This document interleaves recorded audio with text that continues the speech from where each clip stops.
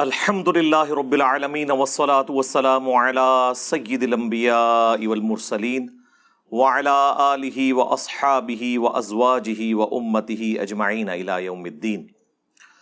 الحمدللہ آج 28 اگست 2022 کو سنڈے کے دن ہمارا یہ پبلک سیشن نمبر 57 منعقد ہونے جا رہا ہے بمطابق 29 محرم الحرام 1444 ہجری۔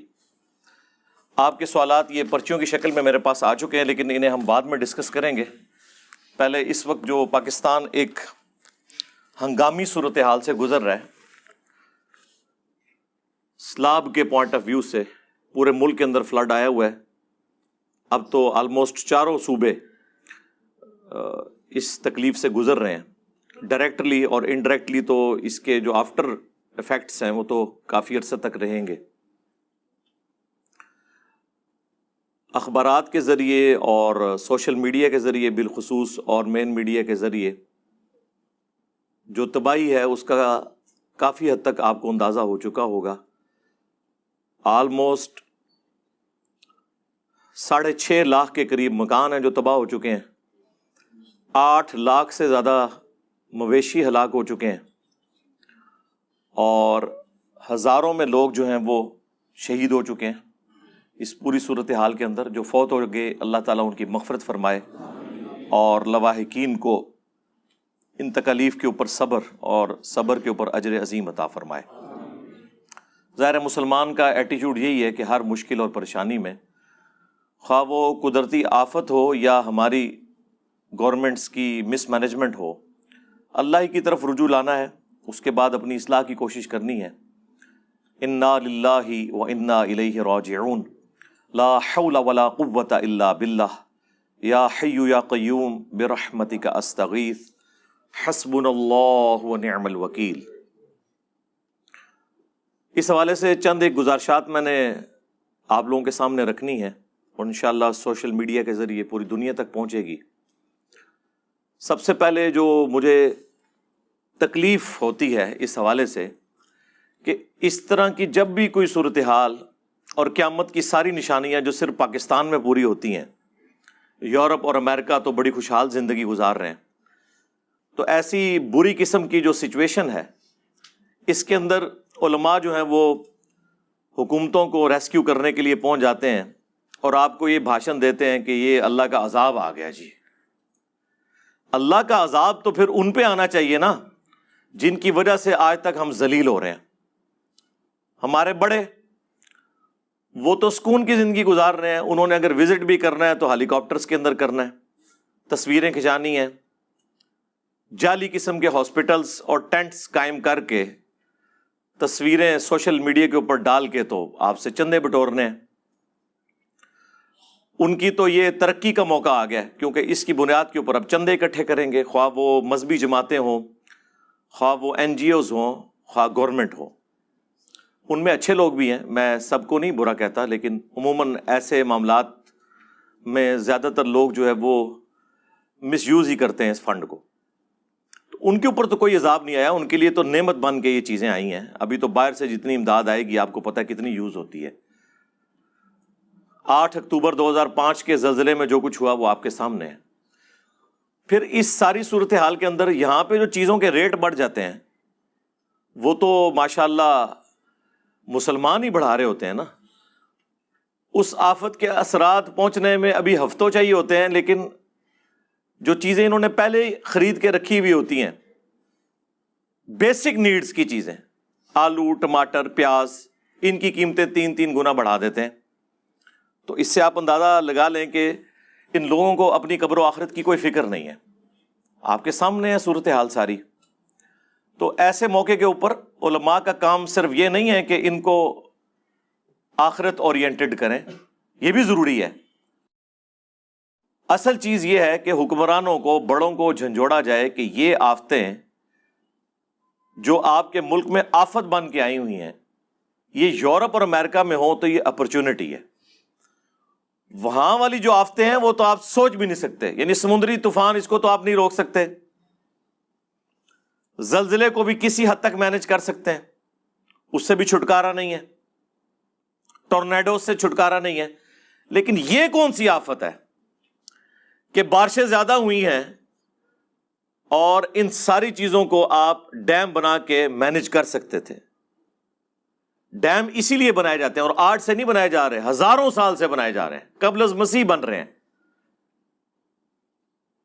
کہ پانی سٹور کیا جائے اور جب بارشوں کا موسم آئے تو پہلے ہی پانی کو ریلیز کر دیا جائے تاکہ وہ ڈیم جو ہے وہ ایکسیسو پانی کو اپنے اندر سٹور کر لے. اسی لیے آپ کو پتا ہے الارم بھی بجنے شروع ہو جاتے ہیں. اب تو ٹیکنالوجی بہت اوپر جا چکی ہے. ایک طرف آپ کو بتایا جاتا ہے کہ جی تیسری جنگ عظیم جو ہے وہ پانی کے اوپر ہوگی، اور دوسری طرف پاکستان کی ہسٹری کی سب سے زیادہ بارشیں ہوئی ہیں، تو ہم نے کوئی ایک ڈیم بھی بنایا ہے کہ سٹور کر سکیں. ہاں یہ ضرور ہوا ہے کہ درجنوں ڈیم جو چھوٹے چھوٹے بنے ہوئے تھے بلوچستان کے اندر وہ ٹوٹ گئے ہیں، اور ٹھیکیداروں کی جو حرام خوریاں ہیں وہ ہمارے سامنے آئی ہیں. تو ان کے اوپر تو کوئی عذاب الہی بظاہر اس طرح کا نازل نہیں ہوا، وہ انڈیویجول لیول پہ ان پہ عذاب آئے گا، وہ الگ چیز. لیکن اس موقع کے اوپر یہ بات کرنا کہ یہ اللہ کا عذاب آ گیا، یہ اس ملک کے ساتھ خیانت ہے، اس ملک کی عوام کے ساتھ دھوکہ دہی ہے، اور یہاں کے اشرافیہ کو ایک ریسکیو کرنے کے مترادف ہے میرے نزدیک. یہ تمام آفتیں باہر کے ملکوں میں ہوں تو اسے اپرچونٹی بنائیں، پانی کو سٹور کریں، واٹر ٹیبل رائز ہو. آپ کی بجلی کے جو ایشوز ہیں، اتنی مہنگی بجلی آپ جو تیل سے بنا رہے ہیں وہ پانی کے ذریعے بنا کے سستی بجلی عوام الناس کو دی جائے. یہ کون سا اسلام آپ لوگوں کے سامنے پیش کر رہے ہیں؟ قرآن و سنت میں تو اللہ کے محبوب صلی اللہ علیہ وآلہ وسلم نے اسباب اختیار کرنے کا حکم دیا ہے. یہ نہیں ہے کہ جب کبھی بھی اس طرح کے معاملات آئیں تو اس کو ٹوٹلی تقدیر کے اوپر ڈال دیا جائے. وہ تو مسلمان کے پاس ایک آخری سہارا ہے اپنے دکھ درد کا مداوع کرنے کا. لیکن قرآن حکیم تو اپنے مقدمے میں بالکل واضح ہے.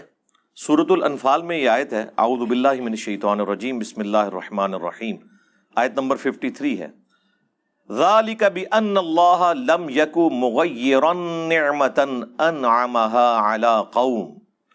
یہ اس لیے کہ بے شک اللہ تعالی کبھی بھی کسی قوم کی جو نعمت ہے وہ اس سے نہیں چھینتا، اس کی حالت کو نہیں بدلتا، اچھی کو بری میں یا بری کو اچھی میں.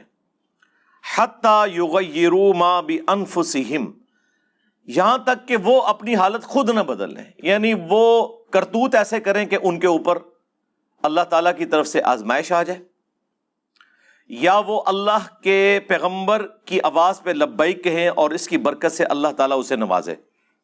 وَأَنَّ اللَّهَ سَمِيعٌ عَلِيمٌ، اور بے شک اللہ تعالیٰ سننے والا، علم والا ہے.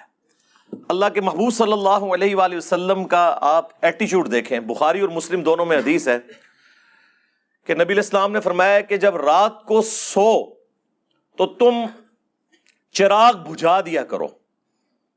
اور پھر نبی علیہ السلام دیکھیں کس لیول تک جا کے سمجھا رہے ہیں.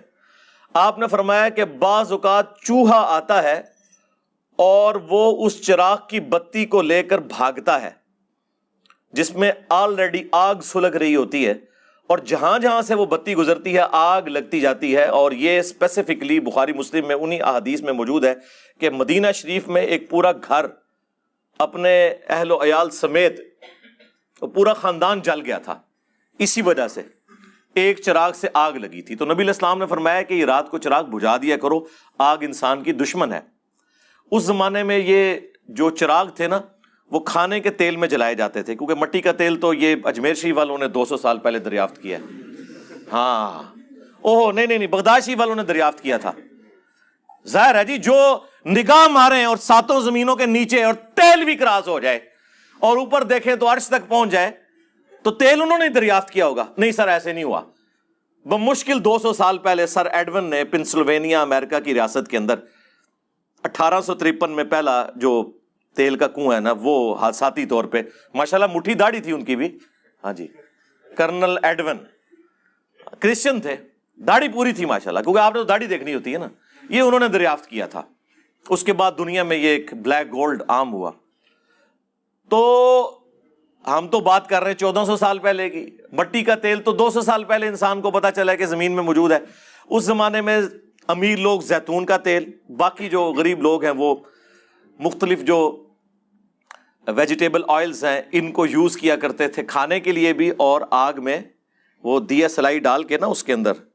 اور آج بھی ویسے یہ ہوتا ہے، آپ اگر درباروں میں چلے جائیں نا، وہاں جو دیے جل رہے ہیں نا کہیں، تو آپ دیکھیں وہ گھی کے اندر جلا رہے ہوتے ہیں. ہاں، تو اب ظاہر ہے گھی تو مرغوب غذا ہے چوہے کی، تو وہ جب چوہا گھی کا وہ ظاہر مرکب بنا ہوگی، وہ جو بیچ میں کاٹن کی بتی لگائی ہوئی ہے، تو وہ اس کو ساتھ لے جاتا تھا، اور آگ تو جل رہی ہے تو چوہے کو تو نہیں پتا، وہ جہاں جہاں سے گزرے گا آگ لگاتا چلے جائے گا. تو نبی علیہ السلام نے اس لیول پہ اتر کے سمجھایا ہے کہ بھائی چراغ بجھا دیا کرو، چوہا لے جاتا ہے. یہ نہیں ہے کہ آج کے علماء کی طرح کہ اللہ کا عذاب آ گیا ہے. ہاں، وہاں یہ بتایا جا رہا ہے کہ اپنی احتیاط خود کرو.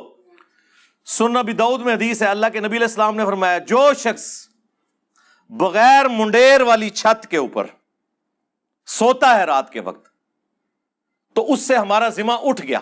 اب وہ اگر نیچے گرتا ہے، کیونکہ رات کو انسان جب نیند میں اٹھتا ہے، بعض اوقات بعض لوگوں کو تو نیند میں چلنے کی عادت ہوتی ہے، ہوش نہیں ہوتی، اگر منڈیر نہیں ہے چھت کی، نیچے گرتا ہے، اور پھر آپ کہیں گے جی جو اللہ کی مرضی، اللہ کی آزمائش آ گئی ہے. یہ آپ اپنے اوپر قانون قدرت خود اپلائی کرتے ہیں. اللہ نے اور اس کے محبوب صلی اللہ علیہ وآلہ وسلم نے کہیں نہیں فرمایا کہ بسم اللہ پڑھ کے تو ساکٹ میں 2 انگلیاں دے دو. جی کچھ نہیں ہوگا انشاءاللہ. جس کو یہ اس طرح کا زوم ہے نا، آئے انشاءاللہ اس کو شہادت کے درجے تک پہنچاتے ہیں. بلکہ شہادت کیا ہوگی، آرام موت مرے گا وہ، خودکشی کی. یہ آپ جتنے وظائف ہیں نا یہ ناگہانی آفتوں کے لیے ہیں. جب آپ اپنے اوپر خود تقدیر غالب کرتے ہیں نا، پھر اللہ کا ذمہ اٹھ جاتا ہے. یہ جو صحیح مسلم کی حدیث ہے کہ جو رات کے وقت پڑھ لے 3 دفعہ اعوذ بکلمات اللہ التامات من شر ما خلق، تو اللہ تبارک و تعالی کی طرف سے اس رات میں بچھو یا اور زہریلے جانوروں کا جو ڈنک ہے وہ اس کے اوپر اثر نہیں کرے گا. یہ اس صورت میں ہے جب یہ ناگہانی آفت کے طور پہ ہو. یہ نہیں ہے کہ کوئی یہ دعا پڑھ کے تو جا کے بچھو جو ہے وہ اپنے ہاتھ پہ رکھ کے کھیلنا شروع کر دے کہ میں دعا پڑھی ہے. اس طرح نہیں ہونے کا میرے بھائی. نہ آپ بسم اللہ پڑھ کے تو زہر پیے تو بچ جائیں گے. وہ کہانی جو آپ کو کرواتے رہے خدا کے لیے. زہر والا مسئلہ تو حل ہو گیا، پتہ ہی نہیں جعلی زہر ہے کہ اصلی ہے. بجلی بارل اصلی جے. ہاں، جنہوں شوق ہے نا کرامت دکھانے دا آ جاؤ تھے. ٹھیک ہے نا. کیا لوگوں کو آپ اس طرح کی چیزیں سکھا رہے ہیں؟ یہ کون سا دین آپ پیش کر رہے ہیں؟ صحیح مسلم میں آلموسٹ 50 کے قریب احادیث ہیں تقدیر کے چیپٹر کے اندر، دا چیپٹر آف ڈیسٹنی. اس میں جو آخری حدیث امام مسلم نے لی ہے نا، بخاری میں بھی کتاب القدر چیپٹر موجود ہے، وہ بڑی کمال کی حدیث ہے. صحیح مسلم کے اندر امام مسلم نے مسئلہ تقدیر کو کنکلوڈ اس چیپٹر کے اندر اس حدیث کے اوپر کیا ہے کہ نبی علیہ السلام نے فرمایا کہ اللہ تعالیٰ کو صحت مند مؤمن کمزور مؤمن سے بڑھ کر محبوب ہے. ظاہر صحت مند ہوگا تو کام کرے گا نا، لاغر آدمی نے کیا کام کرنا ہے. بہرحال دونوں ہی میں خیر ہے. یہ نبی علیہ السلام نے اس کو کور اس لیے کیا کہ ہو سکتا ہے کوئی نیچرلی کسی کی صحت کمزور ہو، لیکن اپنی صحت کا خیال رکھنا ضروری ہے.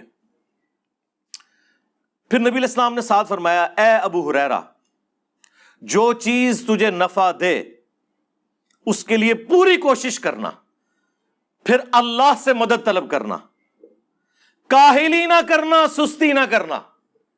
ہاں، پھر بھی اگر کوئی رزلٹ تمہارے خلاف نکل آئے تو کہنا جو اللہ کی مرضی.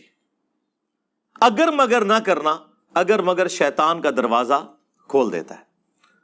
یعنی پوری ایفرٹ پٹ کرنے کے بعد اگر رزلٹ خلاف آ جائے تو کہنا ہے اللہ کی مرضی. اس قوم نے کون سی ایفرٹ پٹ کی ہوئی ہے؟ نالا لئی جتنی بار بھرتا ہے نا، درجنوں لوگ شہید ہوتے ہیں، سینکڑوں مکان متاثر ہوتے ہیں. تو آپ پھر کس طرح یہ کہہ سکتے ہیں کہ ہم نے کوشش کی ہے پوری اور اللہ سے مدد طلب کی ہے؟ میرے بھائی اسلام میں یہ نہیں ہے کہ آپ نے محنت نہیں کی ہے اور اینڈ پہ آپ دروشی پڑھ کے تو پیپر پہ پھونک کے خالی دے ہیں تو آپ پاس ہو جائیں گے. انشاءاللہ ضرور فیل ہوں گے. ہاں، اس طرح نہیں ہوتا. ایسے تو نہیں ہوتا. ہاں، ایسے تو نہیں ہوتا. یہ کن کہانیوں کے اندر ہمارے علماء نے, ہمارے بڑوں نے ہمیں ڈالا ہوا ہے. آپ لوگ اکثر پوچھتے ہیں نا کہ یہ قوم ترقی کیوں نہیں کرتی, مسلمان پیچھے کیوں رہ گئے. انہی وجہ سے خود عیاشیوں کی زندگی گزار رہے ہیں, آپ کو اس کام میں ڈالا انہوں نے جو اللہ کی مرضی, خود سارے کام کر رہے ہیں, کوئی موقع نہیں جانے دیتے. ابھی دیکھیں سارے مولوی ایک ایک کر کے جو ہے نا چندے بٹورنے کے لیے نکل آئے. ان کو پوچھو تمہارا کیا ایکسپیرینس ہے کہ تم جا کے وہاں پہ جا کے تقسیم کرو گے, وہاں تک پہنچ ہی نہیں سکو گے. صرف کریڈیبل جو لوگ ہیں نا جی, ان کو آپ چندہ دیں, عیدی والوں کو دیں. جماعت اسلامی کی الخدمت فاؤنڈیشن ہے, جن کی ایک پوری دنیا کے اندر ایک کریڈیبلٹی ہے, کئی ملکوں میں وہ کام کر رہے ہیں, ان کو آپ دیں. اسی طریقے سے لوکل لیول کے اوپر جن کے اوپر آپ کا اعتماد ہے ان کو دیں, مولویوں کو نہ دیں, یہ ان کی توندیں بڑھیں گی. آپ دیکھیں ایک ایک کر کے سارے مولوی نکل رہے ہیں کہ جی ہم تو یہ کام کرنے جا رہے ہیں, یہ کرنے جا رہے ہیں. بھائی کیا کریں گے, آپ سے 1 کروڑ روپیہ لیں گے, 2-3 لاکھ روپیہ ان کے اوپر لگائیں گے, باقی راستے میں وہ جو انہوں نے فیولنگ کے اوپر خرچہ کرنا ہے اور جو اپنی یاشیاں کرنی ہیں, پہلے اگر انہوں نے ٹفن میں کھانا لے کے جانا تھا, اب اسی پیسے کی مر کڑائی بنوائیں گے اور کہیں گے ہم تو اللہ کی راہ کے مسافر ہیں اور ہمارے اوپر یہ لگ جائے گا چندہ. آپ کو پتہ ہی نہیں ہے کیا کیا ہیلے کرتے ہیں. میں تو ان کے ساتھ رہا ہوں نا. ان کی یاشی کا لیول آپ چھوڑ دیں کیا ہے, تو اپنے چندے ان کے اوپر ضائع نہ کریں. اور جو لوگ بھی اس حوالے سے جتنی این جی اوز کام کر رہی ہیں ہم انہیں اپریشیٹ کرتے ہیں, اللہ تعالیٰ انہیں جزائے خیر دے. اور پاک فوج بھی اس حوالے سے کام کر رہی ہے, لیکن بہت زیادہ کام کرنے کی ضرورت ہے. میں تو سیٹسفائی نہیں ہوں جس لیول کا کام ہو رہا ہے, کیونکہ سب سے آرگنائز ادارہ پاکستان میں فوج کا ہے, وہ بہت بہتر اس سے پرفارم کر سکتے ہیں, وہ کریں. رہ گئے پولیٹیشنز, تو وہ تو بےچارے آپس میں لڑنے بھڑنے کے سوا ان کے پاس اب کچھ نہیں بچا ہوا, ٹھیک ہے, یا تصویریں کھنچوانے کے سوا. اب بھی اس موقع کے اوپر آ کے بیٹھ جاؤ خدا کے لیے. کئی بار میں چیخ چکا ہوں کہ یار 2 کام کرو, ایک چارٹر آف ڈیموکریسی لکھو تاکہ یہ ایک دوسرے سے گلے کرنا بند کرو کہ فلاں نے فلاں کی ٹانگ کھینچی اور اس کی حکومت ختم کروا دی. کنسنسس ہوگا, حکومت 5 سال سے پہلے گرے گی نہیں, عوام پھر فیصلہ کرے گی کہ اب اس کے ساتھ کیا سلوک کرنا ہے. دوسرا چارٹر آف اکانومی لکھ لیں کہ اکانومی کے پوائنٹ آف ویو سے جتنی اکنامک پالیسیز ہیں وہ کنسنسس سے اپوزیشن اور گورنمنٹ کے بنے, تاکہ کوئی بھی گورنمنٹ میں آئے وہ یہ نہ کہ یہ پروجیکٹ تو پچھلے نے شروع کروایا تھا, یہ تو وہ کمٹمنٹ کر گیا, ہمارا کیا قصور ہے. سارے بیچ میں شامل ہوں. اب اس موقع کے اوپر اس آفت کے اندر اگر آپ نے اکٹھا نہیں ہونا تو بعد میں کب ہونا ہے. اور یہ یاد رکھیے گا, آپ لوگ تو سمجھ رہے ہیں یہ بھی سیلاب ختم ہو گیا, یہ سالوں ہم بھگتیں گے. آپ کی فصلیں تباہ ہو چکی ہیں, فروٹ تباہ ہو چکے ہیں, اور یہاں پہ ریٹس کتنے بڑھیں گے وہ تو ایک الگ بات ہے. جانور تباہ ہو چکے ہیں, گوشت کے ریٹ کے ساتھ کیا ہونے والا ہے وہ ایک الگ چیز ہے. اب اصل مسئلہ یہ ہے کہ جو اتنے لاکھوں لوگ بلکہ ملینز آف پیپل اس تکلیف سے گزر رہے ہیں ان کو دوبارہ سے سیٹل کرنا. اس کے لیے میں گورنمنٹ سے اپیل کروں گا کہ ان تمام علاقوں کو آفت زدہ قرار دے دیں. یعنی جو ایک دنیا میں ایک ٹرم بولی جاتی ہے اس حوالے سے کہ جب کوئی علاقہ آفت زدہ قرار دے دیا جاتا ہے تو وہاں پھر بجلی گیس کا بل اور یہ ساری کی چیزیں, کسی کی بجلی نہیں کاٹی جاتی. ظاہر ہے وہ بیچارے آفت کے اندر ہے, نہ انہوں نے بل دینا ہے نہ باقی معاملات انہوں نے پورے کرنے ہیں جب تک کہ وہ سٹیبل نہ ہو جائیں. اسے کہتے ہیں آفت زدہ قرار دینا. تو اس وقت تو پورے کا پورا ملک آفت زدہ قرار دیا جانا چاہیے, لیکن کیا کریں, پیسے ہی کوئی نہیں ہے, پہلے ہی ادھار کے اوپر چل رہے ہیں.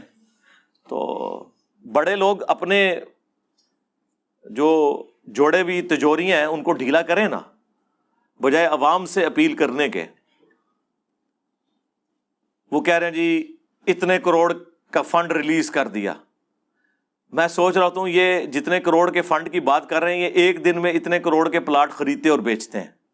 یہ کون سا کمال کر رہے ہیں, اور وہ فنڈ ریلیز کر رہے ہیں ہمارے ٹیکسز کا. اپنی آپ کی کیا کنٹریبیوشن ہے؟ یعنی میں پوچھوں گا سب سے پہلے تو زرزاری صاحب سے جو سب پہ بھاری ہیں کہ انہوں نے کیا کنٹریبیوٹ کیا ہے.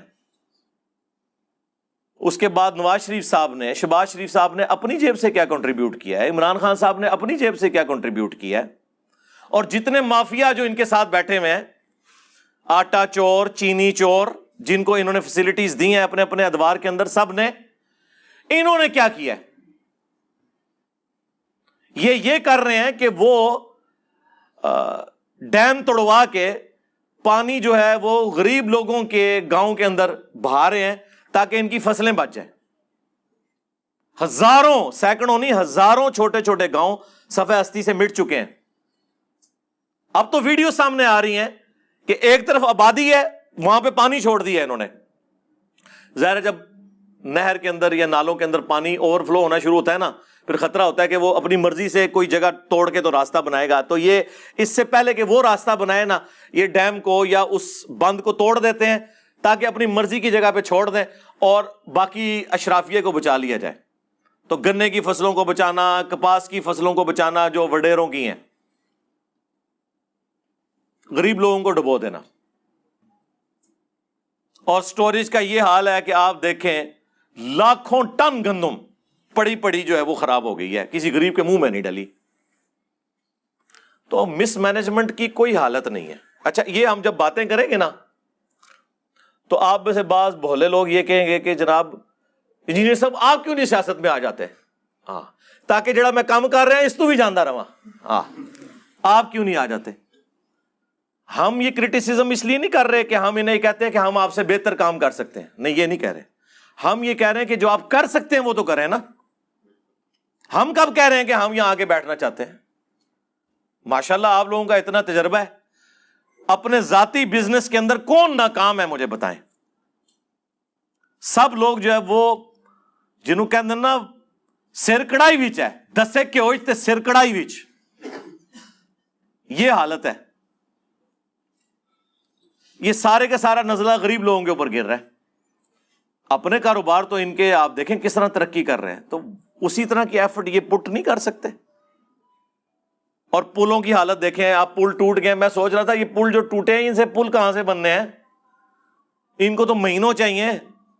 اور غریب بندے کی جو سواری ہے، ریل گاڑی، ٹرین، وہ تو آپ بےچارے یوز کر بیٹھے. بلوچستان تو آلموسٹ کٹ آف ہو چکا ہے. جنوبی پنجاب کی بھی آپ نے حالت دیکھ لی ہے، کے پی کی حالت دیکھ لی ہے. ٹھیک ہے، کے پی میں کل وہ دیکھ رہا تھا لوگوں کا. آپ ذرا دیکھیں کہ لیول کیا ہے. بالکل پل کے ساتھ سے پانی گزر رہا ہے اور وہ پل کے اوپر نہ بچوں سمیت نہ پکنک منانے کے لیے آئے ہوئے ہیں. ان کو پتہ ہی نہیں ہے یہ پل جو ہے نا یہ پورے کا پورا ہی بہ گیا تو پھر کیا کرو گے. نہ وہ روکنے سے رکتے ہیں. یہ اس قوم کا مینٹل لیول دیکھ لیں کیا ہے. پھر وہ جو 5 بھائی تھے یا دوست تھے جو بھی، جو گھنٹوں تک فریاد کرتے رہے آپ کے سامنے، ٹھیک ہے، ایک ہیلی کاپٹر نہیں وہاں پہنچ سکا. اور یہ واقعہ اس جگہ کا ہے کہ جہاں پہ حکومت اس لیڈر کی ہے کہ جس نے پوری قوم کو جو ہے نا وہ، اب میں یہ نہیں کہتا ٹرک کی بتی کے پیچھے لگایا ہوا ہے، تقریریں کروائیں ان سے، ٹھیک ہے، باتیں سنیں ان کی.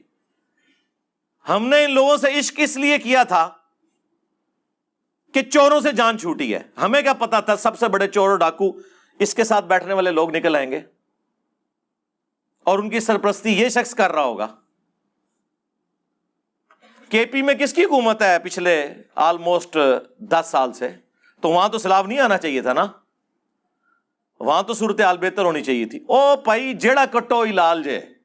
ہاں، اس کی وجہ یہ ہے کہ یہ جتنے لوگ ساتھ اٹیچ ہیں نا، یہ کچھ عرصہ پہلے پیپلز پارٹی میں تھے، کچھ عرصہ پہلے نون لیگ میں تھے، کہیں اور تھے، پھر جمع ہو کے یہاں آ گئے اور ماشاءاللہ یہاں آتے ہی وہ ایک ان کو ایمانداری کا سرٹیفکیٹ مل گیا. بھائی پوتڑیاں دے بگڑے نے، ہاں جی، پیمپرز کی عمر کے، ڈائپرز کی عمر کے بگڑے ہوئے لوگ ہیں. ان کی اصلاح ایک دن میں نہیں ہونے والی، بلکہ نہیں ہونے والی. ان کے لیے دعا کریں اللہ ان کو ایمان و عافیت کے ساتھ اپنے پاس بلا لے. ہاں، جنت الفردوس میں رکھ لے. ہاں، جنت کی دعا کریں ان کے لیے صبح و شام، جہنم کی نہ کریں. یہ جنت میں بھی پہنچ جائے نا تب بھی دنیا میں سکون آ جائے. ہم اس پہ بھی راضی ہیں کہ انہیں جہنم میں نہ پھینکا جائے، جنت میں پہنچ جائیں، لیکن دنیا تو رہنے کے قابل ہو جائے، یہ ملک تو رہنے کے قابل ہو جائے. بس دنیا میں قیامت کی ساری نشانیاں پاکستان وچ پوریاں ہو رہی ہیں. ہاں، پوری دنیا اتنے جا رہی ہے، اسی تھلے جا رہے ہیں جی، قیامت دی نشانیاں نے. یہ جو ہے نا حکومتی ملے، انہوں نے یہ آپ کو اس قسم کی پٹیاں پڑھائی ہیں حکمرانوں پہ کبھی پردہ ڈالنے کے لیے نا. اور جس طرح کی عوام ہو اس طرح کے حکمران آ جاتے ہیں اوپر. اس بات کو کرنے کا مقصد کیا ہوتا ہے؟ حکمرانوں کے اوپر پردہ ڈالنا. عوام تو بدترین ہو چکی ہوئی تھی. عمر بن عبدالعزیز ایک بندہ اوپر آیا تھا نا، 2 سال کے اندر اس نے بنو امیہ کا 60 سال پرانا گند صاف کر دیا تھا. یہ کون سی باتیں آپ کر رہے ہیں؟ آپ وعدے تو یہی کر کے آتے ہیں، جب آپ اوپر آتے ہیں پھر کہتے ہیں جی ہمیں کام نہیں کرنے دیا، تو چھوڑ دیتے ہیں نا اسی وقت ہی. چمٹے بھی رہتے ہیں اور پھر بعد میں گلے شکوے کرتے ہیں نہیں جی ہمیں کام نہیں کرنے دیا گیا. سارے کے سارے یہی کر رہے ہیں، کسی ایک کو سنگل آؤٹ کرنے کی ضرورت نہیں ہے. اللہ تعالیٰ اس قوم کی حالت کے اوپر رحم فرمائے. ہم تو صرف ایک رونے والا کام ہی کر سکتے ہیں. باقی انڈیویجول لیول پہ میں لوگوں سے ریکویسٹ کروں گا، جو چیریٹی دے سکتے ہیں وہ دیں. آپ 1 سال کی ایڈوانس زکوٰۃ، 2 سال کی، 3 سال کی ایڈوانس زکوٰۃ بھی نکال سکتے ہیں. اگر آپ کی اس سال کی زکوٰۃ ختم ہو چکی ہے تو اگلے سالوں کی آپ ایڈوانس نکال کے اپنے پاس نوٹ کر لیں. یہ ضروری نہیں ہے کہ وہ سال گزرنا ضروری ہے. آپ ایڈوانس زکوٰۃ نکالیں. اپنے جتنے آپ کے جاننے والے ہیں جن تک آپ خود پہنچا سکتے ہیں تو آپ این جی اوز کے اوپر رلائی نہ کریں، گورنمنٹ کے اوپر رلائی نہ کریں. آپ خود سے ان کی مدد کرنے کی کوشش کریں. جتنا ریلیف دے سکتے ہیں وہ دینے کی کوشش کریں.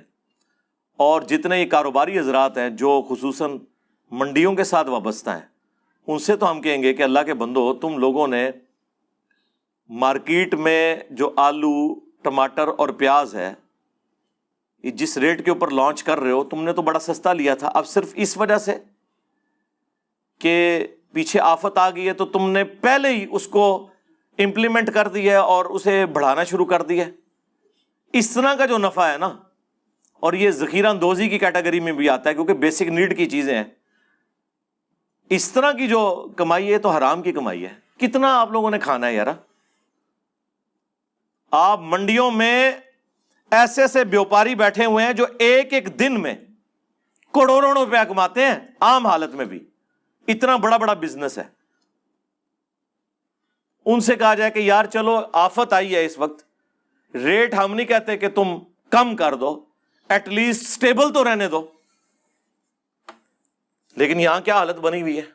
کتنے کہ وسیم بھائی کہ ہے جی ریٹ پیاز دا 1200 روپے دھڑی ہو چکا ہے، بلکہ کل تو مجھے کو 1500 بتا رہا تھا جی. 1500 روپے دھڑی یعنی 300 روپے کلو پاکستان میں پیاز ہے. ہاں پاکستان میں. ٹماٹر 300 روپے کلو ٹماٹر بھی ہے. اب اندازہ کریں، یہ کچھ سال پہلے میں اسلام آباد کی منڈی سے 40 روپے 50 روپے کہ 5 کلو ٹماٹر خریدتا رہا ہوں میں خود کچھ سال پہلے تک. لیکن یہ اب آپ دیکھیں کہ آہستہ آہستہ انہوں نے کس طریقے سے معاملات کو چلیں. ابھی خیر یہ آفت آئی ہے، کوئی اللہ تعالیٰ سے ڈریں. مر رہے ہیں تم لوگوں نے، یعنی ہونا تمہارے ساتھ یہی کچھ ہے. یہ جتنا کماتے ہو نا، اینڈ پہ جب ساتھ والے گھروں تک تمہاری لاشوں کی بدبو پہنچتی ہے نا تو وہ آ کے ریٹریو کرتے ہیں کہ جی وہ بچے تو ادھر ہے ہی نہیں تھے، وہ تو باہر کے ملکوں میں بیٹھے ہوئے تھے، یہ مر گئے ہیں پیچھے. ٹھیک ہے، جنازے ہم لوگوں نے تم لوگوں کے پڑھنے ہوتے ہیں، عوام الناس نے. یہ حرکتیں چھوڑ دیں. یہ ہر بندے نے انڈیویجول لیول پہ اپنے اوپر خود ایمفسائز کرنا ہے، اللہ سے ڈرنا ہے، اور بجائے یہ کہ ہر معاملے کو تقدیر کے اوپر پھینکنے کے اپنی اصلاح کی کوشش کرنی ہے. اسی حوالے سے میں نے آیات اور احادیث بھی آپ کے سامنے پیش کر دی. صلو علی محمد و آل محمد، اللہم صلی علی محمد وعلی آل محمد واصحاب محمد وازواج محمد اجمعین الی یوم الدین. آمین.